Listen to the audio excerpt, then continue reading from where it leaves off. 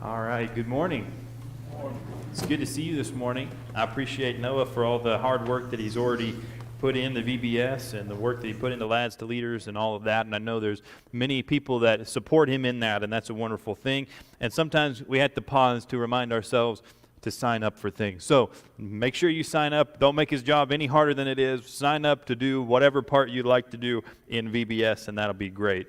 If you want to turn your Bibles to the book of Esther, that's where we're going to be starting our a short series on the book of Esther this morning, and I'll say more about that in just a second. When I first started preaching here, not when I came in August of 2018 or 2019, but when I came in December, one of the first lessons that I gave was over the whole book of Esther, and I'm sure that recording exists somewhere. I'm not sure, but when I did that, we covered kind of the whole story, and I'm sure you remember all of that, so we were just going to build on that this morning. No.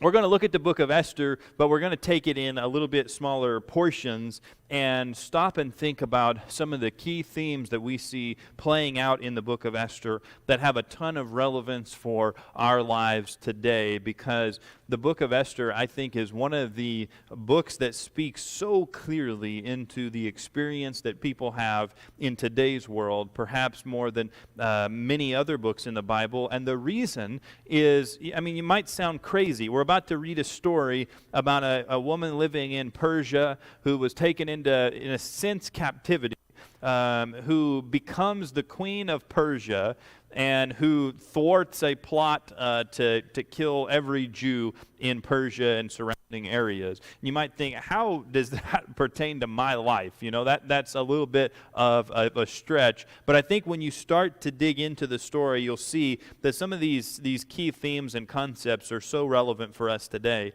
One of the things that we'll see in Esther as it plays out, and we're not going to talk about all these today, one of the things we're going to see in Esther is what we might call the strange sovereignty of God.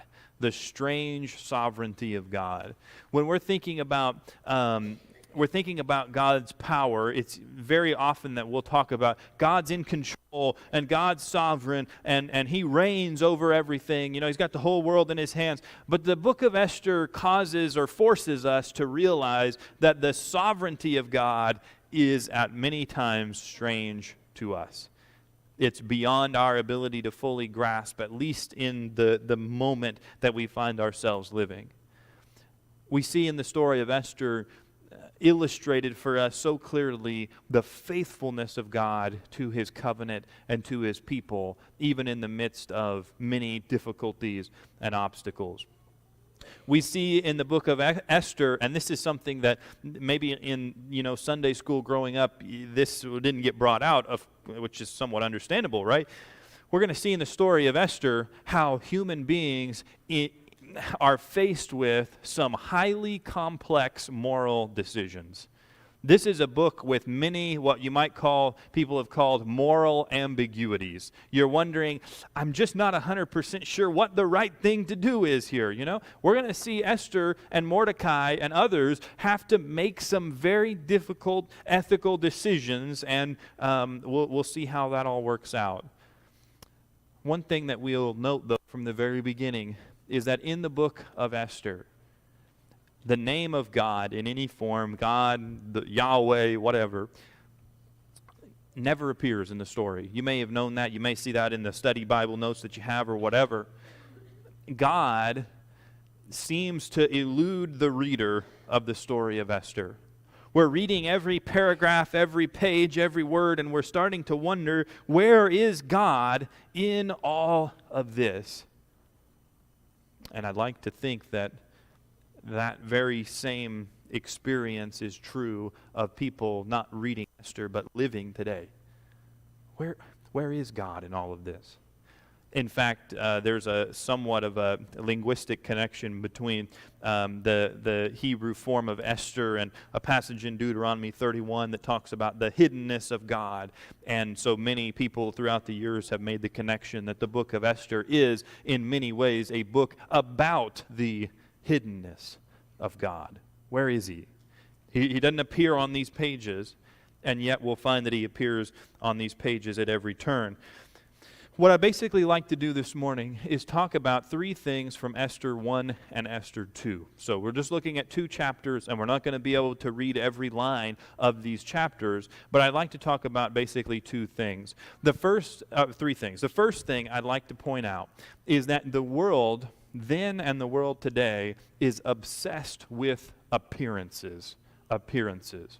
What we find in Esther 1 and Esther 2 is scene after scene after scene of the powers that be in the world obsessing over appearances. It starts in Esther chapter 1. The king, Ahasuerus, however you say his name, the other form of his name is Xerxes, and I'll say Xerxes throughout because it's much easier to say. Xerxes is king over Persia, and Xerxes, as we find out, is in his 3rd year of reigning. And as you continue to read in Esther chapter 1, what you find is that the king gives this humongous feast and festival and banquet, whatever word you want to say. If you look at verse 3, it says, "The army of Persia and Media and the nobles and the governors of the province were before him, while he showed the riches of his royal glory and the splendor and pomp of his greatness for many days," 180 days.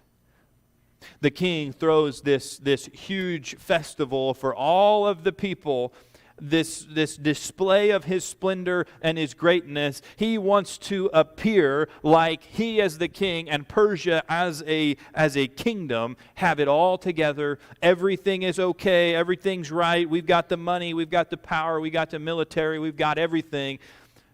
And he puts that on display for everyone to see. Boy, we're already seeing connections to today, right? But nevertheless, the king decides to throw this banquet in large part due to the fact that he's rallying his military, gearing them up to go and try to wage war against Greece. Now, that's a story that is in history. It's not a story that's in Esther. It happens between Esther chapter 1, verse 22, and Esther chapter 2, verse 1.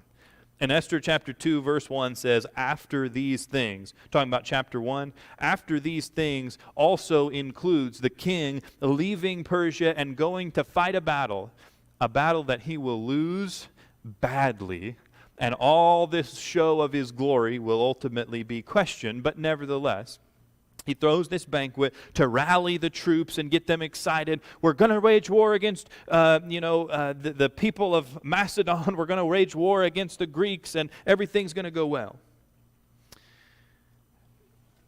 A little while later, the king shows how obsessed he is with appearances, with what he desires from his wife. The king summons the queen. Her name is Vashti. He summons Vashti to come and to appear before his army, to appear before all the nobles and the military. And she's supposed to come, and basically, he wants to objectify her in front of all of the people and display her beauty and her wearing the crown. And there's some things that we could talk about probably with that, but suffice it to say, he's wanting to put her on display to this army. The queen is going to say, and you can look here, this is verse 12.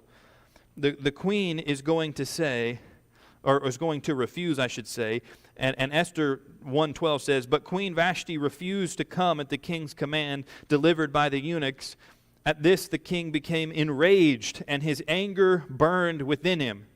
The king was furious that what he wanted was the appearance of Vashti's beauty, but she said, "I am not going to appear before this drunken crowd of intoxicated men that have all of these, thoughts or whatever." She said, "I'm not going to do it. That's not the environment that I'm going to be in." And the king is enraged that he doesn't get the appearance from her that he wants. But that's not all. When she refuses, the rulers, the governors, province, rulers, whatever, they start talking to each other, the nobles. They're talking to each other, and they're talking to the king, and they say, hey, if you're not careful, Vashti standing up to your demand that she come and be objectified is going to give our wives ideas, and they're not going to listen to us anymore. And you're thinking, what? The level of vileness in their heart, right, is instead of saying, yeah, that probably wasn't a good idea, they're saying, well, we're going to lose control over our wives. What a culture. What a way to be living. They're obsessed with appearances. They start saying to one another, if it appears that the king, that Vashti is not going to just do everything the king says, then that's going to be the way that it's going to be in our families. They're going to say here in chapter 1, in verse 17, for the queen's behavior will be made known to all women, causing them to look at their husbands with contempt, since they will say, King Ahasuerus commanded Queen Vashti to be brought before him, and she did not come. So much so they're going to send out an edict in verse 22 to all the provinces saying, don't you dare question your husband. The world is obsessed with appearances. In fact, in chapter 2, to make it even more obvious, in chapter 2, after Xerxes has returned from being beaten in battle, he comes back and the time has passed for him to think better of what he had done to Vashti. When the anger of the king had abated, it says, he remembered Vashti and what she had done. Now, with sober judgment, he's thinking, oh, what happened there? But his officials gather together with him and they say, well, you know what you should do? You should have every beautiful young woman appear before you, and you can just take your pick at who you want to be the next queen. And that notion seemed pleasing to Xerxes. And so he says, yep, let's gather them all up. And so, as we know, a young woman named Esther is among the young women that are taken into the Persian king's harem. But regardless, the world is obsessed with appearances. We're talking about Xerxes, but we might as well be talking about our world today. The truth of the matter is that in our world, in a sense, our entire economy is often run by the quest for appearances. A display of, well, as the king says, or as Esther says, to show the riches of our royal glory and the splendor and pomp of our greatness. At the same time, our traditions, our languages, the language that we speak, I should say, the vocabulary, our schedules, many things revolve around, if I do this, or if I say this way, or revolves around appearances. If I look this way, if I dress this way, if I go that place, what's it going to appear like to other people? Social media, technology, but especially social media, has given us an opportunity to see that inclination of the human heart put on display. Hear me carefully, social media did not invent the obsession of people with their appearance. It's just putting it on display for us all to see. This is who we are as people. This is who we are as humanity. We are King Xerxes. We are living as if the world, in many senses, revolves around us. And yet even we know that deep down, we don't have that much to offer, but we put it out there. We make it appear like we have everything in control. How many, it's not a question for you to answer, but how many couples have you known throughout your life that appear to be in a good place, appear to have everything together, and yet what we find out later is inwardly there was a war going on. Inwardly, they were drifting apart. Whatever the case might be, there were problems that weren't apparent on the surface and yet became apparent over the course of time. And isn't it the case that in our world today, because it doesn't appear like there is a God, it doesn't appear, at least at times, like God is in control, people say, well, that whole religious concept of God and His will and all that. That's all outdated. That's ancient history. And for the modern world, we've moved well on past that because we're focused on appearances. But the second thing the book of Esther teaches us, and I think this is bringing it much closer to home, is that we often join the world in putting our faith in appearances. If you think about this story from Esther's perspective here and Mordecai's perspective here, you find that, and I'm not going to read all of this for you, but I would like for you to read it, especially, you can read some of the details of the request or the demand that is put upon these women. But the point is, we have a young, orphaned, exiled girl who is snatched up into basically the king's harem, and she's going to have a lot of expectations put on her.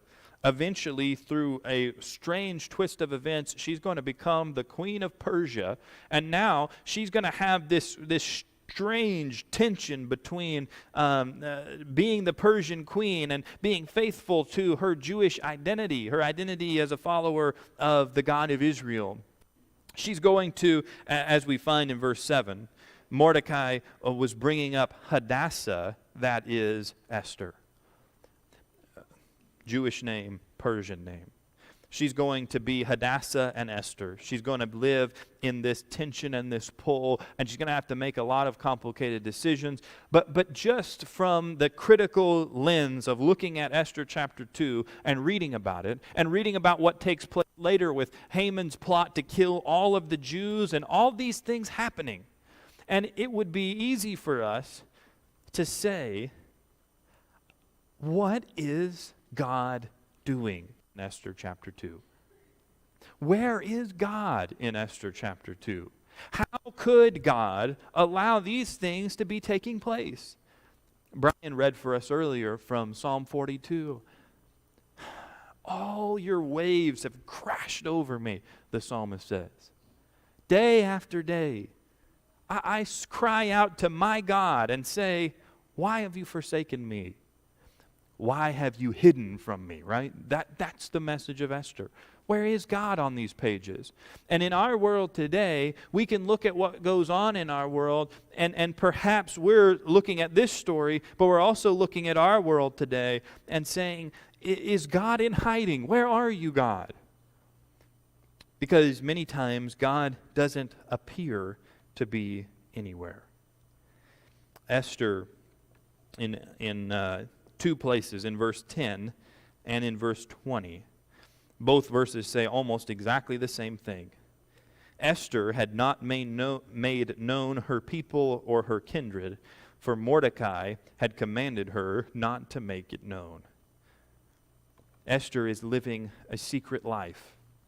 Esther is a Jew by birth and by faith, and yet in practice she's disguising herself as someone who does not belong to any particular religion, not someone that belongs to any certain ancestry. She's just, I'm going to be in the king's court, and I'm going to keep this a secret, at least for now. I don't know what's going on in Esther's mind. Maybe for her, she knows exactly what God is doing. But I'm just guessing if you were there or if I were there and I was living in Esther's shoes, keeping my identity hidden, I'm thinking I would be wondering, is God in hiding here? Where is he? I think we would be in good company with the many people throughout Scripture that have felt the very same way. Now, I'm not going to tell you the whole story of Esther today.